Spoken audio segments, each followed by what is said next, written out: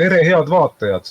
Algab Uudistekeskuse saatesarja Heade mõtete kast 16. saade. Ja tänases saates teen juttu ühest huvitavast nähtusest.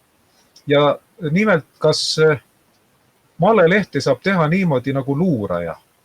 Seda teemat valima ajendas mind üks huvitav asi. Nimelt on mind minu vingamehed või ütleme sellised, kes ei ole just sõbrad, pikka aega nimetanud luurajaks. Keegi on nimetanud Vene luurajaks, siis on nimetatud USA luurajaks, Iisraeli luurajaks, mõni ka Ungari luurajaks. Ja ma ei ole kuidagi aru saanud, miks. Minu meelest see on väga kummaline ja ma mõtlesin, et mis võib olla tekitanud inimestel sellise mulje, nagu ma oleks luuraja. Ja tükk aega pidin ajusid ragistama, siis taipasin, et äkki selle põhjuseks on see, et mul on õnnestunud juba 11 aastat teha ajalehte, malelehte, nimelt, mida Eesti peavoolu ajakirjandus pole siiamaani suutnud avastada. Ta pole selle olemasolu märganud. Ma arvan, et infoajastul, kus kogu info on inimestele kätte saadav väga ruttu, see on päris korralik saavutus, kui 11 aastat teha niimoodi lehte, et sa jääd peavoolu meediale märkamatuks. Ja siis ma saan täiesti aru, et osal inimestest tekkiski selline mulje, nagu ma oleks luuraja. Sest rangelt võttes selleks ongi vaja luuraja omadusi, et teha midagi niimoodi 11 aastat, et seda ei ole näha. Sest male on ju Eestile eriline spordiala. Mäletatavasti 20. sajandi parimaks Eesti sportlaseks tunnistatigi maletaja, täpsemalt Paul Keres. Ja üldsegi male on näiteks viinud Keresega Eesti 5 kroonisele, mis on maailmas üks väga väheseid, kui mitte lausa esimene kord, kus maletaja satub oma riigi raha tähele. Kuigi mulle meenub, vist oli Kuubas ka Jose Raul Capablanca pilt male tähel, seda peab täpsustama. Ja arvestades, kui tähtis on Eestile ja Eesti rahvale male, siis ongi ülimalt tähelepanuväärne, et suudetakse riigi ainsat malelehte teha 11 aastat niimoodi, et see ei jää peavoolu ajakirjandusele silma. Ja siis ma mõtlesingi, kas ma olen luuraja või ei ole, ja tänases saates tutvustangi seda ajalehte, mis võis tekitada osal inimestest mulje, nagu ma oleks luuraja. Tähelepanelikku vaatamist. Ja vaatame nüüd lähemalt, kuidas sündis maleleht, mille väljaandmine tekitas minust mulje, nagu luuraja oleksin. Ja Heade mõtete kastis on siis luure maleleht. Ajalehe enda nimi on Eesti Maleelu ja see asutati juba 2014. aasta jaanuaris, seega juba rohkem kui 11 aastat tagasi. Varsti saab lausa 12 aastat. Ja siin tasub teada, et tal oli ka eellugu ehk siis teatud mõttes isa, nimelt Rahvuslaste Tallinna klubi ajalehe rahvuslik teataja. Viimase, ütleme, eelneva paari aasta jooksul, 1,5 aasta jooksul, ütleme, eelviimasel leheküljel ilmus alati malekülg, terve lehekülg malet, mis on Eesti ajakirjandusmaastikul päris erandlik nähtus. Ja siis maletajad lugesid seda, vaatasid, neile hakkas meeldima, nad tegid mulle ettepaneku, et Tõnu, tule hakka selle lehe peatoimetajaks, tuleme sulle appi asjatundlikkusega ja teeme võimalikult hea lehe valmis. Ma olin nõus, mulle see meeldis ja siis 2014. aasta jaanuaris just Kerese mälestusturniiri alguseks ilmuski ajalehe Eesti Maleelu esimene number. Ja selle ütleme päismiku ma mõtlesin ise välja, kuna mu oma tehnilised oskused ei olnud tookord veel nii tasemel, et seda teha, siis andsin oma ideed edasi küljendajale, tema tegi ilusti ära ja selline ta sai. Siin on siis ajalehe Eesti Maleelu kõige esimese numbri esikaas. Ja pildil on siis näha Eesti esimaletajat rahvusvahelist suurmeistrit Kaido Külaotsa, kes on võitnud järjekordse turniirisarja. Algul ilmus leht läbinisti mustvalgena, hiljem tuli juurde ka sinine värv. Ja siin on siis näha vaatame edasi seda sama esimest numbrit. Päismikus on ilusti öeldud, et tegu on Eesti malesõltlaste häälekandjaga. Sest male, ta kipub olema selline harrastus, mis võtab inimese kogu eluks. Ja inimene on sellest pöördumatus sõltuvuses ega tahagi enam vabaneda. Ja arstiteadlased on seda uurinud ja on välja uurinud, et kui inimene mängib malet, siis see käivitab tema ajus samad piirkonnad, mis käivituvad siis, kui inimene tarbib mingit mõnuainet. Nii et siis pole ime, et tegemist on malesõltuvusega ja Eesti maleelust saigi Eesti malesõltlaste häälekandja. Ja siin ma võtsin eraldi ette lugeda olemasolu õigustuse, sest malelehe üks peamisi asutajaid, õigemini selle mõtte autor oli ju meistrikandidaat Andrus Talihärm, kes oli omal ajal päris tugev noor maletaja, seda ka Nõukogude Liidu ulatuses, aga siis elu tegi oma korrektiivid ja täiskasvununa tuli hakata leiba teenima tal teistes valdkondades, aga malele ta tuli tagasi. Nii et aastal 2013 ja 2014 ta mängis juba turniiridel usinasti malet ja seepärast tema oli ainuõige inimene, kes kirjutas artikli, milleks ja kellele on vaja maleleht ja mida sellelt võiks oodata. Kuna see on lühike, ma loen selle ette, see aitab paremini mõista, miks maleleht üldse tekkis. Ja nimelt, loodus ei salli tühja kohta, ka Eesti male ajakirjanduses mitte. Male on Wikipedia andmetel teatavasti strateegiline mäng kahele mängijale, mis ühendab kunsti, teaduse ja spordi elemente. Lisaks on ta üks tore ja väga vajalik hobi alli argipäeva leevendamiseks ning midagi sellist, mida võime edukalt nautida kuni oma maise teekonna lõpuni. Aastaid sellest sõltuvust tekitavast niinimetatud maleelust eemal olnuna ja uuesti tagasi pöördununa tekkis mul tunne, et midagi oleks nagu puudu.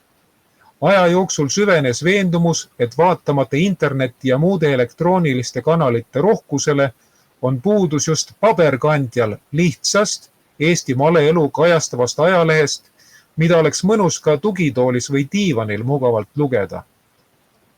Kuna loodus tühja kohta ei salli ja idee leidis kiirelt positiivset vastukaja, ei olnud vaja pikalt mõelda. Lisaks selgus, et professionaalsed kirjutajad ja peatoimetaja on lausa käeulatuse kaugusel. Loodan siiralt, et siin jätkub lugemist nii tavalistele malearmastajatele kui ka professionaalsetele suurmeistritele. Samuti on oodatud kõik kirjutised maleturniiride ülevaadetest, maleanalüüsidest, arvamusartiklid ning kõik huvitav, mis puudutab malemaailma. Arenedes ja toetajate kasvades võib lehtki minna paksemaks, värviliseks ning miks mitte ka ajakirjaks. Ehk aitab see leht kaasa kogu Eesti male arengule, pakkudes kaasaelamist ning rõõmu. Head lugemist soovides Andrus Talihärm ja tema kohta siis tutvustuseks, et ta on meistrikandidaat ning maleklubi Phalanx asutajaliige. Sel põhjusel siis ja sellistel asjaoludel maleleht asutatigi ja huvitavat, talle on teinud kaastööd ka selline tegelane nagu Eesti Vabariigi president Kersti Kaljulaid. Nimelt lehe järjekorras, mis ta on siis 13. numbris, ilmus kohe esiküljel temalt artikkel, mille pealkirja oli Male on loodusliku ja loomuliku intellekti ülimuslikkuse tõestus. Ja see oli tema ettekande tekst, mille ta oli pidanud aasta varem, ütleme 2016. aasta 14. detsembril Toompeal toimunud maleteemalisel konverentsil. Ja siis ma tookord võtsin presidendi kantseleiga ühendust, ütlesin, et kuna see ettekanne oli niivõrd hea, lausa ebapoliitikulikult asjalik ja ilus, siis palun luba see avaldada ja presidendi kantseleist tuli luba, nad hea meelega lubasid selle avaldada, nad olid rahul. Nii et ka president oskas malet hinnata ja seetõttu ka tema sai malelehe kaasautor. Et võiks nagu arvata, et kui juba riigi pea on malelehe kaasautorite hulgas, siis peavoolu ajakirjanduse tähelepanu võiks selline ajaleht nagu pälvida, aga tutkit, niimoodi ei läinud. Ja mitte ainult Eestis, vaid ka välismaal teatakse malelehest. Ning kuigi õiguslikult ehk rahvusvahelise õiguse järgi näiteks Petseri on Eesti Vabariigi territoorium, aga praegu ta on Venemaa võimu all ja teda loetakse välismaal, ütleme, Venemaa osaks.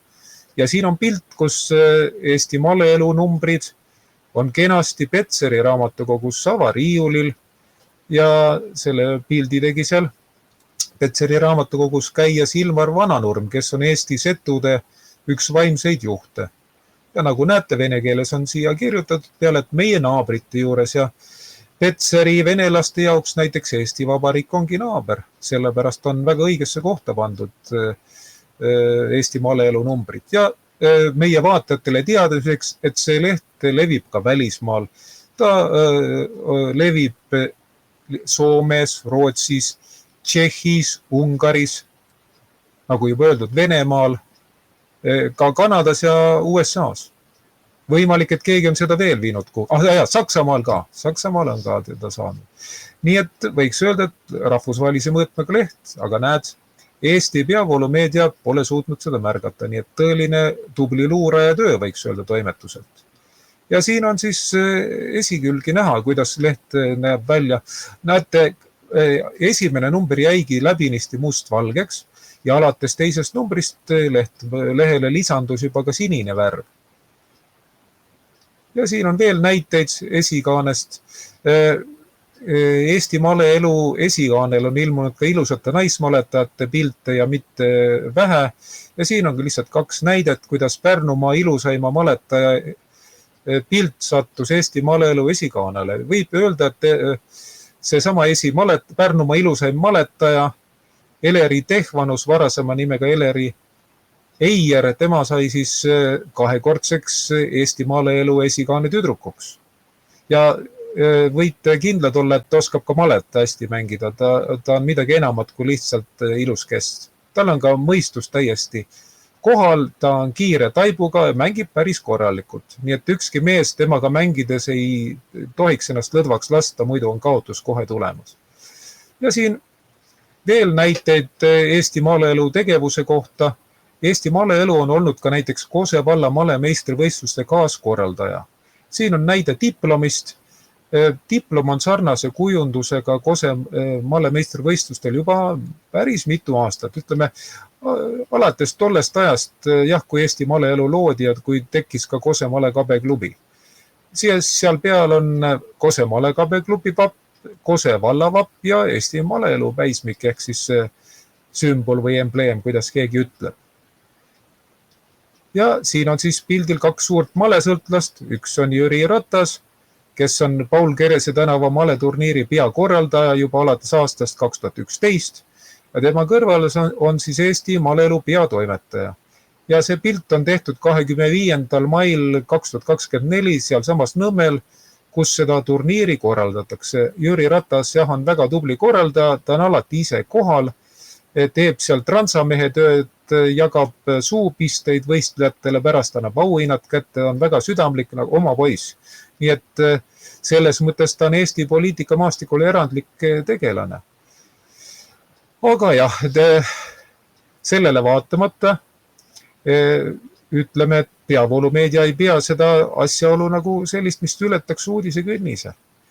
Ja selle pildi tegi siis Kalle Aljas, kes on Kose male kabeklubi liige, Kose male ja kabe paremiku üks liikmeid. Ta on tulnud vallameistriks ka kabes ja samuti tulnud medalile maakonnameistrivõistlustel võistkondlikel. Nii et selles mõttes ta on igati väljapaistev mees, mitte ainult pildi tegija. Ja siis tookord ta oli muidugi seal turniiril kohal, mängis kaasa, tegi pilti ja tihtipeale on niimoodi, et pildistajat ennast ei jäägi peale, sest tema on pildistaja, teda pildistatakse harva. Aga järgmise pildi peal on siis näha, kuidas Kalle Aljas vasakul on sattunud samas Nõmmel võistluspaigas ühe malelaua taha, millele pandi Paul Kerese mälestuseks silt. Ja Jüri Ratas osalt oma rahast, osalt sponsorite abiga ajas välja need malelauad ja tänavu siis 2025. aasta 24. mail see pidulikult avatigi ja pildi tegi siis Aavo Murutalu, kes on samuti tubli pildistaja ja ühtlasi Kose Male Kabeklubi üks paremaid mängijaid. Ja seni on olnud Eesti maleelul, ütleme 4 ajajärku, kus on olnud eri väljaandja. Esimesel 3 aastal ehk siis aastatel 2014 kuni 2016 olid väljaandjateks Eesti Male Toetusühing ja Maleklubi Phalanx. Sest ma olen ka ise Maleklubi Phalanx liige ja samuti oli Maleklubi Phalanx asutajaliige, meistrikandidaat Andrus Talihärm, kellest tegin juttu seoses Eesti maleelu kõige esimese numbriga. Ja aastal 2017 ilmus siis Eesti maleelu, Eesti Male Toetusühingu ja Kose Male Kabeklubi ühisväljaandena. Ning alates aastast 2018 kuni 2024. aasta lõpuni oli väljaandjaks Kose Male Kabeklubi üksinda. Ning alates siis 2025. aasta algusest on väljaandjaks mittetulundusühing Eesti Maleelu. Nii et näete, leht on siiani ilmunud, kõik need organisatsioonid, kes on välja andnud, on täiesti ametlikud. Mingi põrandaluse lehega pole tegemist, põrandaluse ettevõtmisega. Ja lehele teevad kaastööd ka Eesti paremad maletajad, samuti paremad maletreenerid. Seda loetakse üle Eesti, loetakse ka välismaal. Aga kummalisel kombel Peavoolu meedia leiab, et seda pole olemas. Ja siinkohal huvitav fakt. Kui oli Eestis koroonaviiruse hüsteeria, siis mingil hetkel Eesti Rahvusringhäälingu sporditoimetus lõpetas spordisaadete tegemise, kuna spordivõistlusi lihtsalt ei toimunud. Ja siis ma pakkusin lahkelt, et nad võiksid teha saate Eesti maleelust, ajalehest Eesti maleelu, sest siiani ei olnud seda kajastatud ja Eesti Rahvusringhäälingu üks ülesandeid ongi kajastada kõike huvitavat, mis toimub Eesti keeleruumis ja Eesti kultuuriruumis. Ja Eesti ainus maleteemaline ajaleht on ju kahtlemata eestikeelse kultuuriruumi lahutamatu osa. Ja siis saatsin selle ettepaneku koos lehtedega Eesti Rahvusringhäälingu nõukogu juhi Rein Veidemannile. Temalt sain kinnituse, et kõik oli ilusti kohale jõudnud, aga mida ei olnud, oli siis Rahvusringhäälingu sporditoimetuse poolne huvi. Ja seda pole nagu siiamaani olnud. See on tõepoolest kummaline, sest vaadake, kui erakapitali puhul on veel aru saada, oletame, et ajalehe või telekanali omanik mingil põhjusel on malevihkaja või tal ei meeldi inimene, kes teeb mingit male asja. Et siis ta võib nagu, juriidiliselt tal on õigus öelda, et ärge seda kajastage. Aga Rahvusringhääling on midagi muud. Rahvusringhääling on kohustatud kajastama kõike väärtuslikku, mis toimub selle riigi või rahvakultuuriruumis, keeleruumis ja kahtlemata Eesti ainukene ajaleht on selle osa. Aga nendele, kes siis ei pea malelehte luureorganisatsiooniks, panin siis andmed, kes soovib ühendust võtta ajalehega Eesti maleelu, siis saatku elektronkirja aadressil eesti.maleelu@gmail.com. Ja kes soovib rahaliselt seda toetada, siis tehku ülekanne julgesti pangaarve numbril EE 754 20 427 8638 24 2602. Sest uskuge või mitte, kuid Eesti maleelule on siiani annetatud raha mitme suurusjärgu võrra vähem kui näiteks Eesti LGBT ühingule. Ja iga meie vaataja võib ju ise otsustada, kumb ajab siis nagu õigemat asja Eesti kultuuri seisukohalt, Eesti rahva püsimajäämise seisukohalt. Kas LGBT ühing või ajaleht Eesti maleelu? Kumb õpetab siis inimesi rohkem mõtlema? Lihtne on olla kõrval kuskil põõsast passida, öelda, et las teised teevad. Mina tulen välja siis, kui kõik on juba selge ja kõik on edukalt lõppenud. Aga hulga olulisem, hulga julgem on tulla appi õigel ajal. Ja eks me vaatajad ise otsusta, mida keegi peab oluliseks. Ja samuti ma loodan, et tänane saade andis mõtteainet nendele, kes arvavad, et maleleht ongi selline asi, mis tuleb maha vaikida, ka siis, kui seda leidub kogu keele- ja kultuuriruumi peale üks ainus. Selline oligi siis Heade mõtete kasti 16. saade, kus Heade mõtete kastis oli luuremaleleht ja iga meie vaataja, kes selle lõpuni vaatas kannatlikult, sai seda vaadates ise kaasa mõelda, kas tõepoolest on tegemist luureorganisatsiooniga või on tegemist siiski millegi muuga ja mis võib olla tõeline põhjus, miks eelistatakse näiteks igasugu LGBT-lasi malelehe tegijatele.